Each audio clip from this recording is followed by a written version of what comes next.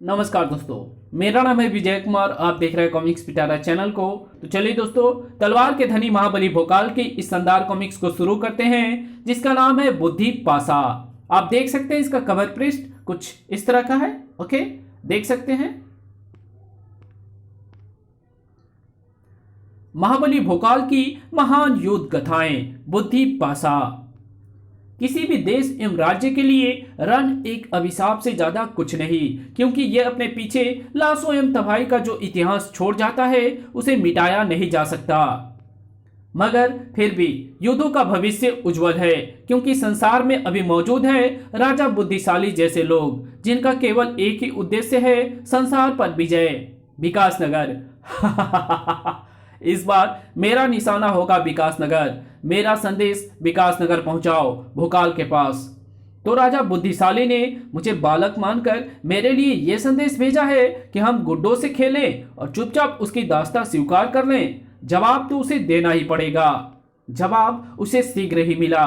ओह, तो सेनापति विकट बुद्धि, हमारे संदेश के जवाब में भोकाल ने यह तलवार और मिट्टी भेजी है। बहुत खूब। इसका अर्थ है कि मिट्टी संकट में हो तो यहाँ का बच्चा बच्चा तलवार उठा लेता है। बहुत खूब। और माँ की वो कोख धन्य हो जाती है, जिससे ऐसे बहादुर, सच्चे, सपूत एवं वीर बालक जन्म लेते हैं। राजकुमारी मयूरी, राजकुमार मयूर, तुम्हें हमारे मंत्रणा कक्ष में आने की इजाजत किसने दी? यहाँ केवल हमारे द्वारा आमंत्रित व्यक्ति ही आ सकते हैं। आप भी तो एक ऐसे स्थान पर जाने की योजना बना रहे हैं पिताश्री, जहां पर किसी ने आपको कभी आमंत्रित नहीं किया। सख्त हो उठा बुद्धिशाली का स्वर। हम तुम्हारी बकवास का अर्थ नहीं समझे मयूरी। किस स्थान की बात कर रही हो तुम?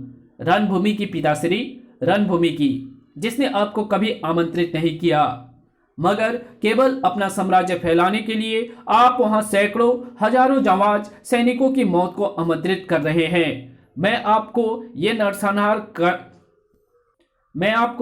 नरसंहार करने से रोकूंगी, नहीं तो आपको इस युद्ध की बहुत बड़ी कीमत चुकानी होगी। शायद तुम्हारा दिमाग ठिकाने पर नहीं है। जाओ, तुम दोनों अपने कक्ष में जाओ, तुम्हारे सोचने का विषय नहीं है। सुना तुमने? घर की बगावत की चिंगारी शोले का रूप ले रही थी और कहीं सीना तान कर खड़ी हो चुकी थी तलवारें युद्ध के लिए। शाबाश, आगे बढ़ो।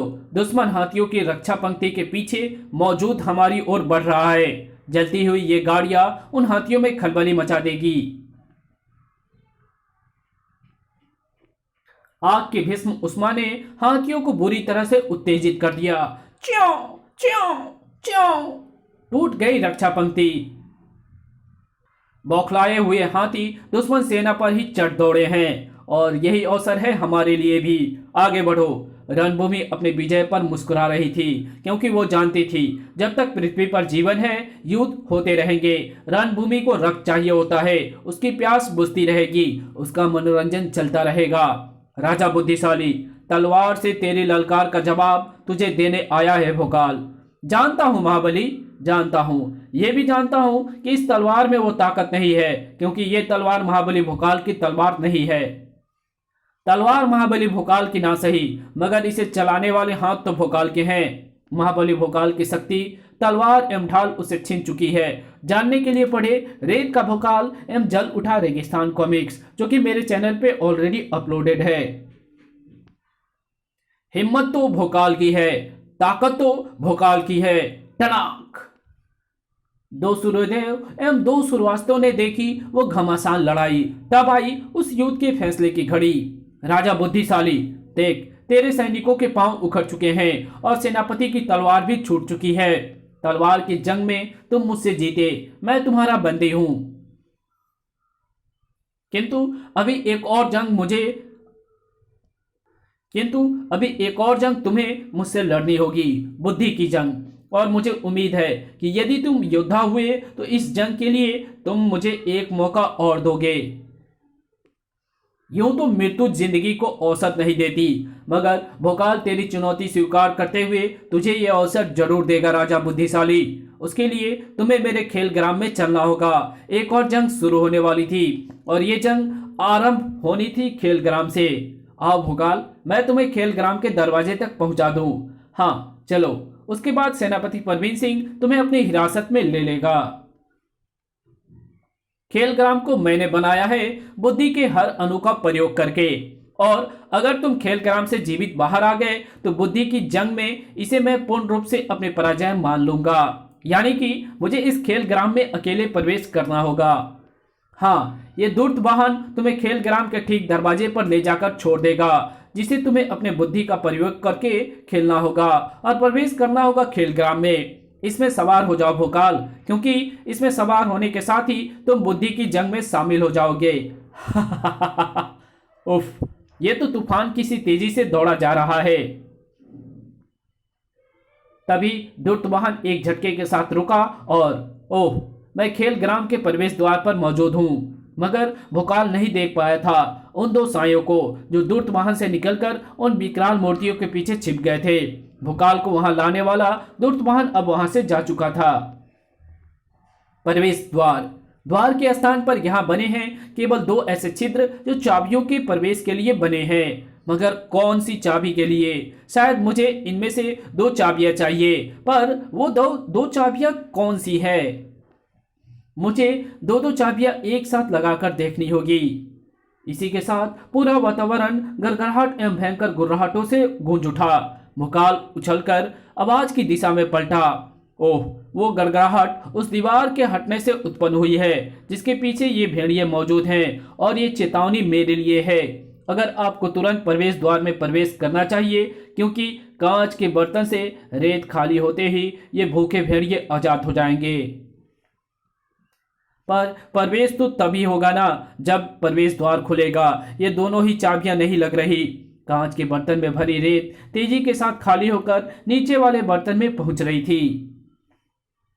भोकाल चारों चाबियों को बारी बारी से उलट पुलट कर उन खांचों में लगाकर देखता रहा, मगर कोई भी चाबी अपने स्थान पर घूमी तक नहीं। तो क्या मैं खेलग्राम में प्रवेश भी नहीं कर पाऊंगा? नहीं, ये नहीं हो सकता। मुझे इस पहेली का हल ढूंढना ही पड़ेगा। भोकाल उस तिलस्मी यंत्र के चित्रपट पर वहां भी दिखाई दे रहा था जहां मौजूद था बुद्धिशाली। उलझ गया भोकाल, प्रवेश द्वार पर ही उलझ गया। इधर भोकाल का मस्तिष्क उससे कहीं ज्यादा तीव्रता से चल रहा था। जितनी तेजी से के साथ कांच के बर्तन में भरा रेत खाली हो रहा था, बड़बड़ा उठा भोकाल।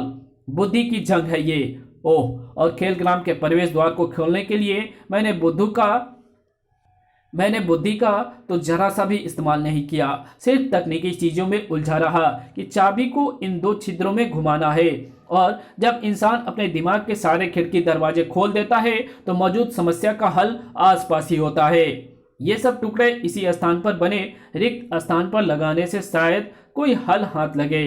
बड़ी फुर्ती से चल रहे थे भोकाल के हाथ, क्योंकि समय कम था। भूखे भेड़िए टूट पड़ने को प्रत्येक क्षण तैयार दिखाई पड़ रहे थे। ओह, ये तो किसी चाबी का खांचा बन गया है, शायद उन चारों में से किसी एक चाबी का। पर प्रवेश द्वार पर बने छिद्र तो दो हैं, खांचे भी तो दो चाबियों के बनने चाहिए थे।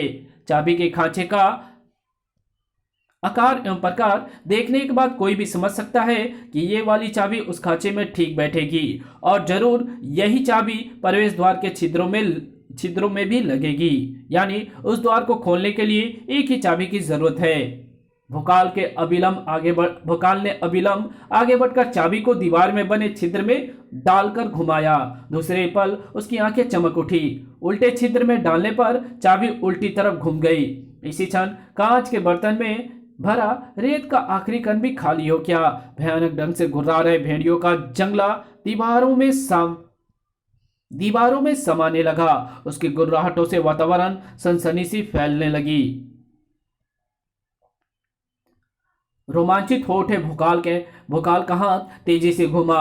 अब मेरी समझ में ये पहेली आ गई है। अब इसी चाबी को इस दूसरे छिद्र में सीधी अवस्था में घुमाना है। चाबी को एक बार उल्टी अवस्था में और दूसरी बार सीधी अवस्था में घुमाने के साथ प्रवेश द्वार खुल गया,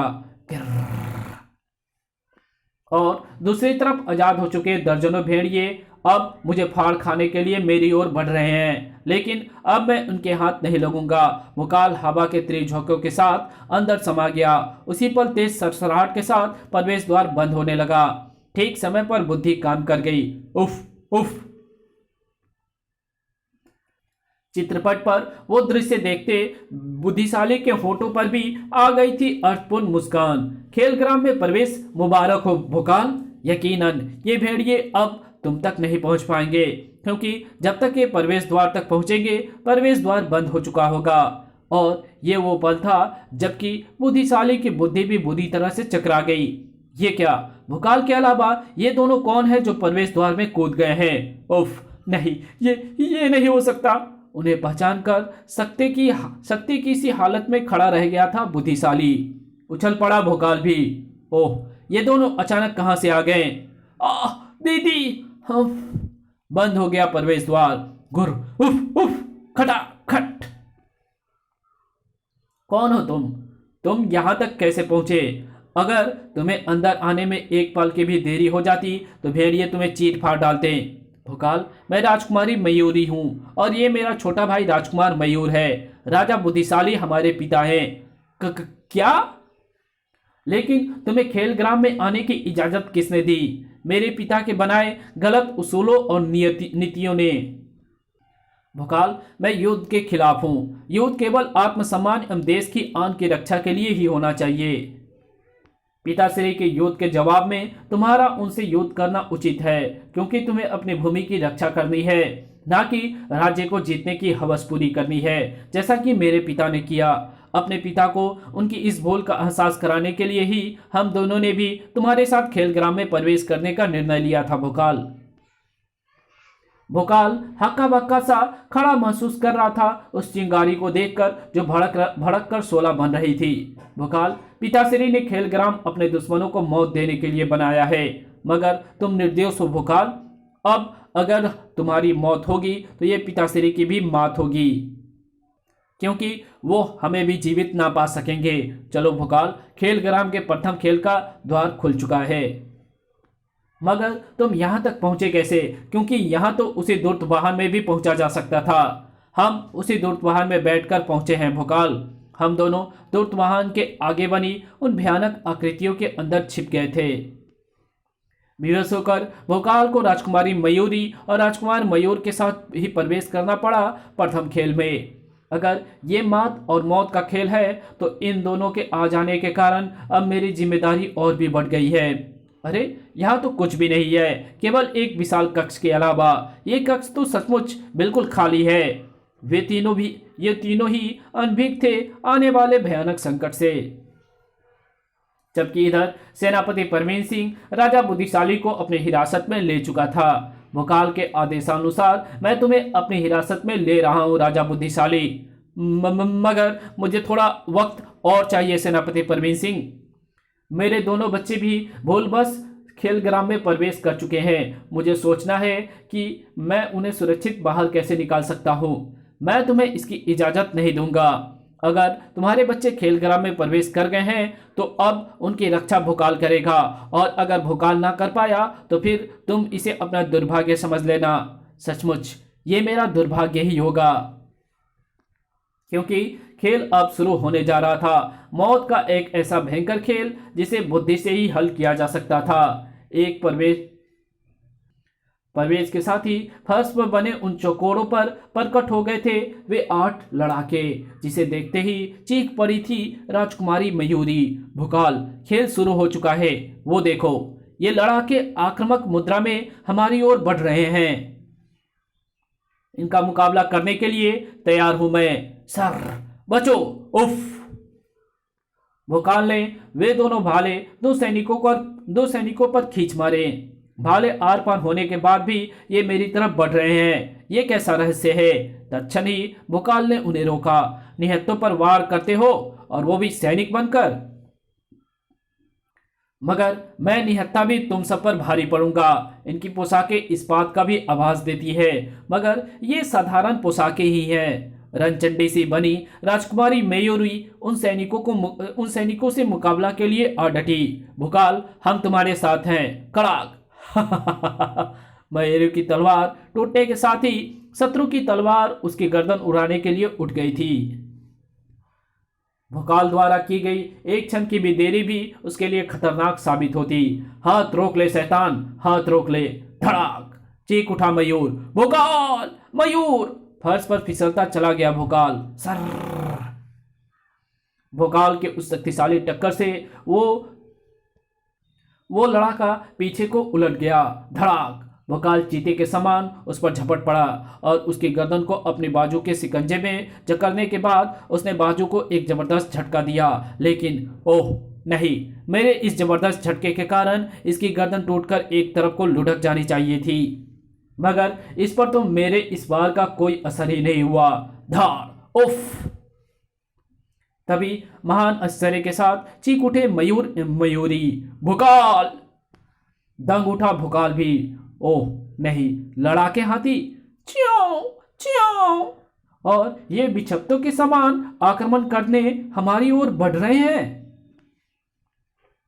उनका मुकाबला करने के लिए भोकाल ने फुर्ती से वो तलवार उठा ली और तेजी से आगे बढ़ गए हाथी पर वार किया। जय महागुरु भोकाल। खचाक, सूंड कट गई, मगर रक्त की एक बूंद ना बही। सूंड उछलकर फर्श पर ना गिरी, बल्कि वापस हाथी की ओर लहराकर यथास्थान जुड़ गई। ये क्या, सूंड तो वापस आ लगी। ऐसे तो इस पर काबू पाना मुश्किल हो जाएगा, क्योंकि सभी लड़ाके सैनिक भी वापस आ रहे हैं। हाथी की उस जबरदस्त ठोकर से गिरने से ना बच सका था भोकाल। धड़ाक, च्यों, आ। इधर दूसरे हाथी के आक्रमण से बचने के लिए मयूर एवं मयूरी एक तरफ भाग पड़े। दीदी, ये हमें कुचल डालेगा, इनसे छुटकारा का कोई उपाय नहीं सूझ रहा मयूर। और अनजाने में ही वे उस रेखा को पार कर गए। उफ, इस रेखा के इस तरफ आते ही ये चिंगारियां छूट रही है। उफ, चिंगारियां जिस्म पर भयंकर जलन पैदा कर रही है, मगर ये जलन मृत्यु से तो भली है दीदी। देखो, हाथी हमें छोड़कर वापस जा रहा है, मगर शायद भोकाल की ओर। उफ, कैसा रहस्य है ये, इसने हम पर आक्रमण क्यों नहीं किया। मृत्युदूत बना हाथी भोकाल के सिर तक जा पहुंचा था। उफ, ये मुझे कुचल डालने को बेताब है। भोकाल, बचो भोकाल। फुर्ती का अद्भुत प्रदर्शन करते हुए एक तरफ सरक गया भोकाल। हाथी ने उन दोनों पर हमला नहीं किया, किंतु बचाव का वो रास्ता अत्यंत कष्टप्रद है। इसके बाद वो आगे आगे हाथी पीछे पीछे। हाथियों से ही जूझ रहा था। भोकाल के नए एवं आक्रमण अंदाज में वहां प्रकट हो गए घोड़े। लड़ाके सैनिकों और लड़ाके हाथियों के बाद अब आक्रामक घोड़े। समस्या ये आक्रमणकारी नहीं, समस्या है मेरा इनसे ना निपट पाना। आखिर इस प्रकार मैं कब तक इनसे लड़ पाऊंगा, जबकि ये खत्म ही नहीं होंगे।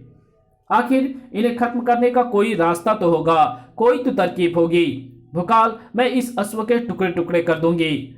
नहीं, वहीं ठहरो मयूरी, वहीं रुक जाओ। वहीं ठिठक गई मयूरी, मगर मुसीबतें कम होने की बजाय बढ़ती जा रही थी। ओह नहीं, अब ऊंट भी। मौत का कैसा खेल खेला जा रहा है। इस कहानी को यही खत्म करते हैं। इसके आगे कहानी पढ़ेंगे इसके पार्ट 2 में, तो मिलते हैं इसके दूसरे पार्ट में। तब तक के लिए बाय। अगर वीडियो अच्छी लगी तो इस वीडियो को लाइक कर देना, चैनल पे नए हो तो चैनल को सब्सक्राइब कर जरूर बेल आइकन को प्रेस कर देना, और मेरे दूसरे चैनल डिवाइन टेक्नोलॉजी को भी भैया सब्सक्राइब कर दो।